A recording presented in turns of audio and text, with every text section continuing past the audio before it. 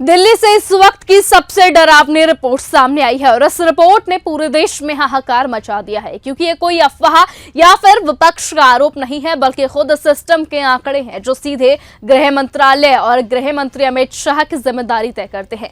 2026 की शुरुआती राजधानी दिल्ली, जहां संसद है, सुप्रीम कोर्ट है, गृह मंत्रालय है और मजबूत नेतृत्व का दावा किया जाता है, वहां सिर्फ 15 दिनों के अंदर 807 लोग लापता हो जाते हैं। ये कोई मामूली संख्या नहीं, ये 807 परिवारों की तबाही है, 807 सवाल है और सिस्टम पर सीधी चार्जशीट है।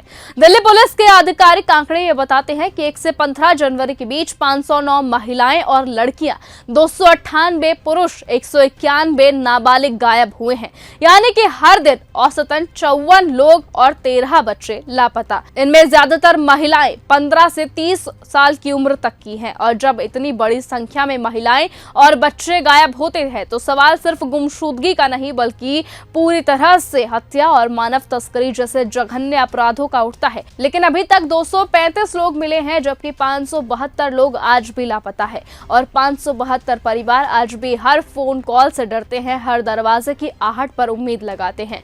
ये सब कुछ गृह मंत्री के नाक के नीचे हुआ है, लेकिन फिर भी ना तो कोई प्रेस कॉन्फ्रेंस हुई है, ना कोई जवाबदेही है और ना ही कोई नैतिक जिम्मेदारी दिखाई गई है। इसलिए अगर नेतृत्व वाकई मजबूत है तो राजधानी इतनी कमजोर क्यों है? इस तरह के सवाल उठना बेहद लाजमी है। अगर कंट्रोल है तो लोग इस तरह गायब कैसे हो रहे हैं? सरकार महिलाओं को एहतियात बरतने की सलाह दे रही है, लेकिन लोकतंत्र में सुरक्षा नागरिक की नहीं, सत्ता की भी जिम्मेदारी होती है। इतनी भयावह रिपोर्ट आने के बाद अगर कुर्सी सुरक्षित है और नागरिक असुरक्षित है तो सवाल साफ है कि अमित शाह का इस्तीफा तय क्यों नहीं माना जा रहा?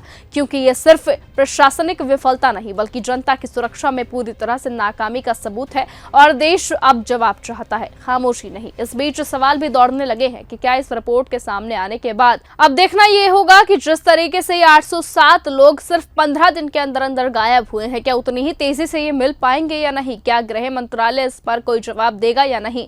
क्योंकि अब जिस तरीके से रोष दिखाई दे रहा है, जनता में सवाल दिखाई दे रहे हैं, क्योंकि इस बीच जनता ये भी जानना चाहती है कि क्या अमित शाह की नाक के नीचे से जिस तरीके से ये सब कुछ होता चला जा रहा है, क्या अमित शाह अपना इस्तीफा देश को सौंपेंगे, यानी कि सबके सामने अपना इस्तीफा देंगे या नहीं देंगे? वो तो आने वाला वक्त ही बताएगा। लेकिन फिलहाल अब देखने वाली बात यह होगी कि जिस तरीके से ये लोग गायब हुए हैं, क्या ये लोग उतनी ही तेजी से मिल पाएंगे या नहीं? वो आने वाला वक्त ही तय करेगा। फिलहाल तब तक के लिए बने रहिए और ऐसे ही देखते रहिए न्यूज़ गंगा। नमस्कार।